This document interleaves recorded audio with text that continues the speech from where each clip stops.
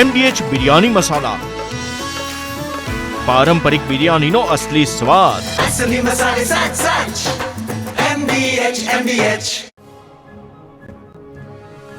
રાજ્યમાં ફરી એકવાર કાતિલ ઠંડીનો ચમકારો અનુભવાયો. સુસવાટા ભર્યા ઠંડા પવનો ફૂંકાવાનું યથાવત રહેતા તાપમાનનો પારો ગગડ્યો. નલિયા અમરેલીની સાથે અમદાવાદમાં પણ ઠંડીનું પ્રમાણ વધતા લોકો હાડ થીજવતી ઠંડીમાં ઠૂઠવાયા. રાજ્યમાં ઠંડી ઘટ્યા બાદ ફરી કડકડતી ઠંડીની આગાહી કરાઈ. ઉત્તર ભારતમાં થયેલી હિમવર્ષાની ગુજરાતમાં અસર વર્તાશે, જેના કારણે ઉત્તર ગુજરાતમાં પારો 5 ડિગ્રી ઘટી શકે. ફેબ્રુઆરીમાં ખેતી પાકો પર હિમ પડવાની શક્યતા. કચ્છમાં આગામી 3 દિવસ વાદળછાયું વાતાવરણ રહેવાની પણ સંભાવના.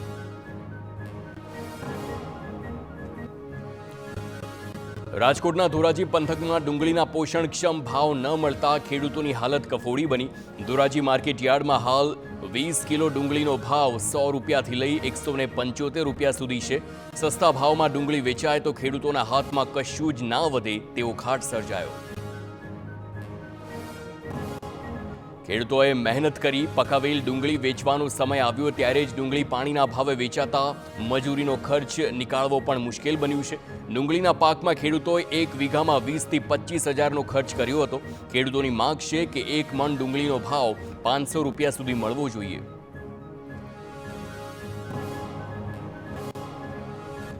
અમદાવાદના શાળાઓને ધમકી ભર્યા મેલ મળવા અંગે ખુલાસો. તમામ મેલ અફવા હોવાનું સામે આવ્યું. નોઈડાની સ્કૂલને પણ આ જ મેલ આઈડીથી મળી હતી ધમકી. 23મી જાન્યુઆરીએ 17 સ્કૂલમાં ધમકી ભર્યો મેલ આવ્યો હતો. મેલની વિગતો આવ્યા બાદ વધુ ખુલાસાઓ થશે.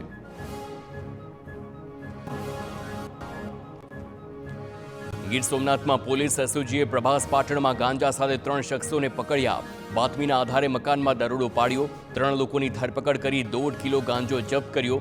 2 આરોપી વેરાવળના તો 1 પ્રભાસ પાટણનો રહેવાસી.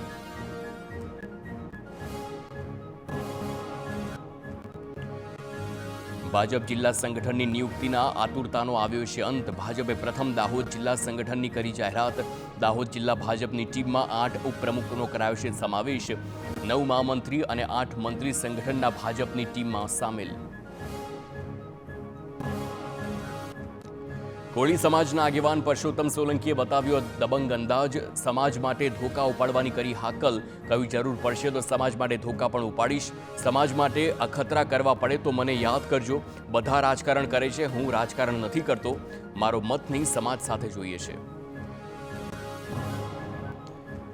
ગુજરાત કોંગ્રેસમાં ફરી આંતરિક વિખવાદ સર્જાયો છે. વડગામ તેમજ પાટણના ધારાસભ્યો જિગ્નેશ મેવાણી અને કિરીટ પટેલ વચ્ચે પાટણના કોંગ્રેસ જિલ્લા અનુસૂચિત જાતિ પ્રમુખની નિમણૂક મુદ્દે વિવાદ થયો છે. અગાઉ અનુસૂચિત જાતિના મહિલા પ્રમુખે વિડીયો વાયરલ કરીને આરોપ લગાવ્યો કે કિરીટ પટેલે હિતેન્દ્ર પીઠડિયાને પાટણમાં મારવાની વાત કરી, જેને લઈ જિગ્નેશ મેવાણીએ આડકતરા પ્રહાર કરતા ટિપ્પણી કરી કે ફુદ્દાનું ચણું નહીં આવે. કોંગ્રેસના 2 ધારાસભ્યો વચ્ચે આંતરિક લડાઈ પર પ્રદેશ કોંગ્રેસ પ્રમુખ અમિત ચાવડા બચાવની સ્થિતિમાં જોવા મળ્યા. કહ્યું કે બંને ધારાસભ્યો વચ્ચે ગેરસમજ થઈ છે.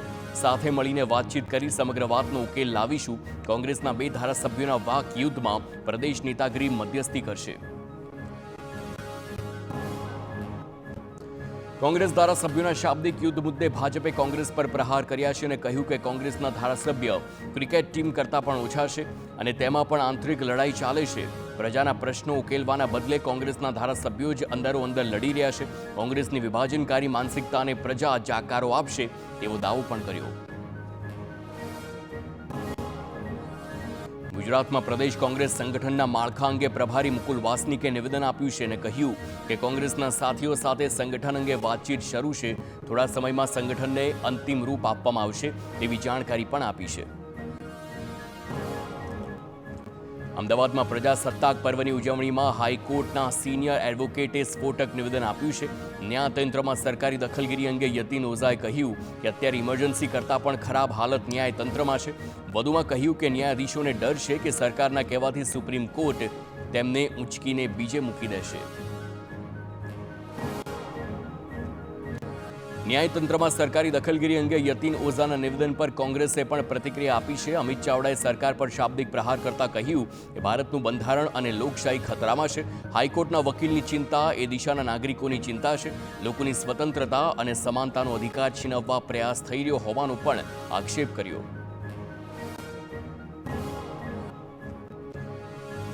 વડોદરામાં કાર્યકર્તાઓના વખાણ કરતા સાંસદ હેમાંગ જોશીએ ચોંકાવનારું નિવેદન આપીને કહ્યું કે કાર્યકર્તાઓ ગાળો ખાઈને પણ લોકોની વચ્ચે રહેશે. લોકોના કામ થાય તે માટે અધિકારીઓ સાથે ગાળાગાળી કરી લેશે. આ તમામ પાછળનો હેતુ માત્ર લોકહિતનો હોવાનું પણ જણાવ્યું. અમદાવાદમાં ખારીકટ કેનાલની કામગીરી ખોરંભે ચડવા મામલે ધારાસભ્ય બાબુ જમના પટેલે બળાપો ઠાલવ્યો છે. કહ્યું કે ખેડૂતોના મોઢે આવેલો કોળિયો છીનવાયો હતો. 2 વર્ષના બદલે 4 વર્ષ રાહ જોઈ પણ કેનાલનું કામ ન થયું. કોન્ટ્રાક્ટરે કામગીરીમાં વિલંબ કર્યો એટલે ખેડૂતો પરેશાન થયા છે. ધારાસભ્યને રજૂઆત બાદ સિંચાઈ વિભાગે એકાએક પાણી છોડતા 1200 કરોડનો પ્રોજેક્ટ ખોરંભાયો છે. ખારીકટ કેનાલની કામગીરી મુદ્દે ધારાસભ્ય બાબુ જમના પટેલે બળાપો ઠાલવ્યા બાદ કોંગ્રેસે પણ તંત્રની કામગીરી પર શાબ્દિક પ્રહાર કર્યા. પ્રદેશ કોંગ્રેસ પ્રમુખ અમિત ચાવડાએ કહ્યું કે ગુજરાતમાં ચારે તરફ ભ્રષ્ટાચાર અને કમિશન રાજ છે. તેમના કારણે કામમાં વિલંબ અને પ્રજા પરેશાન થાય છે. ધારાસભ્ય બાબુ જમના પટેલને પણ કહેવું પડ્યું કે સમયસર કામ નથી થયું. અમદાવાદના થલતેજ વિસ્તારની ઉદ્ગમ સ્કૂલ વિવાદ હાઈકોર્ટમાં પહોંચ્યો છે. કીસ્ટોન ટ્યુશન બેન્ચ સામે હાઈકોર્ટમાં જાહેર હિતની અરજી. સ્ટિંગ ઓપરેશનમાં સ્કૂલમાં ટ્યુશન ચાલતા હોવાનો ખુલાસો. પીઆઈએલમાં સરકાર, ઉદ્ગમ સ્કૂલ, સીબીએસઈ અને ગ્રામ્ય ડીઈઓને પક્ષકાર બનાવાયા છે. પીઆઈએલ પર આવતીકાલે હાથ ધરાશે સુનાવણી. પાટણની હેમચંદ્રાચાર્ય ઉત્તર ગુજરાત યુનિવર્સિટીમાં અંગ્રેજી વિભાગના વડાની નિમણૂક મુદ્દે હાઈકોર્ટના નિર્દેશ બાદ યુનિવર્સિટીએ કાર્યવાહી કરી છે. અંગ્રેજી વિભાગ સાથે જોડાયેલા પ્રોફેસરને એચઓડીની જવાબદારી સોંપાઈ છે. કેમિસ્ટ્રીના પ્રોફેસરને અંગ્રેજી વિભાગના વડા બનાવતા અગાઉ વિવાદ થયો હતો. તે મામલે હાઈકોર્ટે છાટકણી કાઢતા યુનિવર્સિટીએ નિર્ણય બદલ્યો. સુરતમાં લેબ ગ્રોન ગોલ્ડના નામે છેતરપિંડીના ખેલનો પર્દાફાશ થયો. જ્વેલર્સ વેપારી અશ્વિન સાંકડા સેરિયાએ ચેતવણી આપતા કહ્યું કે લેબ ગ્રોન ગોલ્ડના નામે લગડી વેચાય છે.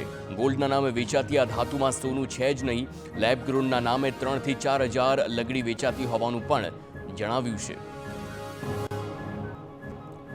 જૂનાગઢના માળિયા હાટીના તાલુકાના ચોરવાડ ગામે લાંબા સમયથી ચાલતી પથ્થરથી ગેરકાયદે ખાણો બાબતે આખરે તંત્ર જાગ્યું. માળિયા હાટીનાના મામલતદાર અને ખાણ ખનીજ વિભાગની સંયુક્ત ટીમે વિવિધ ખાણોની માપણી શરૂ કરી. ખનન અંગેના જરૂરી દસ્તાવેજોની પણ કરાઈ છે તપાસ. રશિયા ભાગી જવાની તૈયારી કરતો ઠગબાજ દિલ્હી એરપોર્ટ પરથી ઝડપાયો છે. આરોપી 4% કમિશન પર બેંક એકાઉન્ટ આપતો હતો. સુરતમાં વૃદ્ધાના ડિજિટલ અરેસ્ટ કેસમાં પણ આરોપીની સંડોવણી હતી. ટોળકીએ વૃદ્ધા પાસેથી 1,71 લાખ રૂપિયા પડાવ્યા હતા. આરોપી દિલ્હીથી રશિયા ભાગે તે પહેલા સુરત સાયબર ક્રાઇમે તેને ઝડપી પાડ્યો.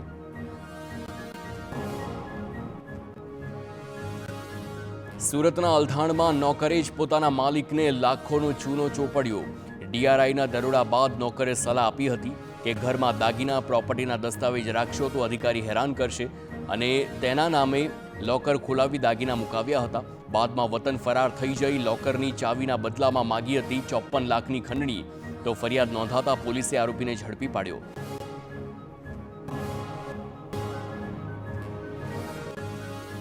અરવલ્લીના ધનસુરા તાલુકાનું આકરુંદ ગામ ઘર પર ત્રાટક્યા તસ્કરો. તિજોરીના તાળા તોડીને સોના ચાંદીના દાગીનાની ચોરી કરી. સોનાની ચેઇન, બુટ્ટી સહિત 4.5 લાખ રૂપિયાના ઘરેણાં ઉઠાવી ગયા. પોલીસે ફરિયાદ નોંધીને તસ્કરોની ખોજ શરૂ કરી.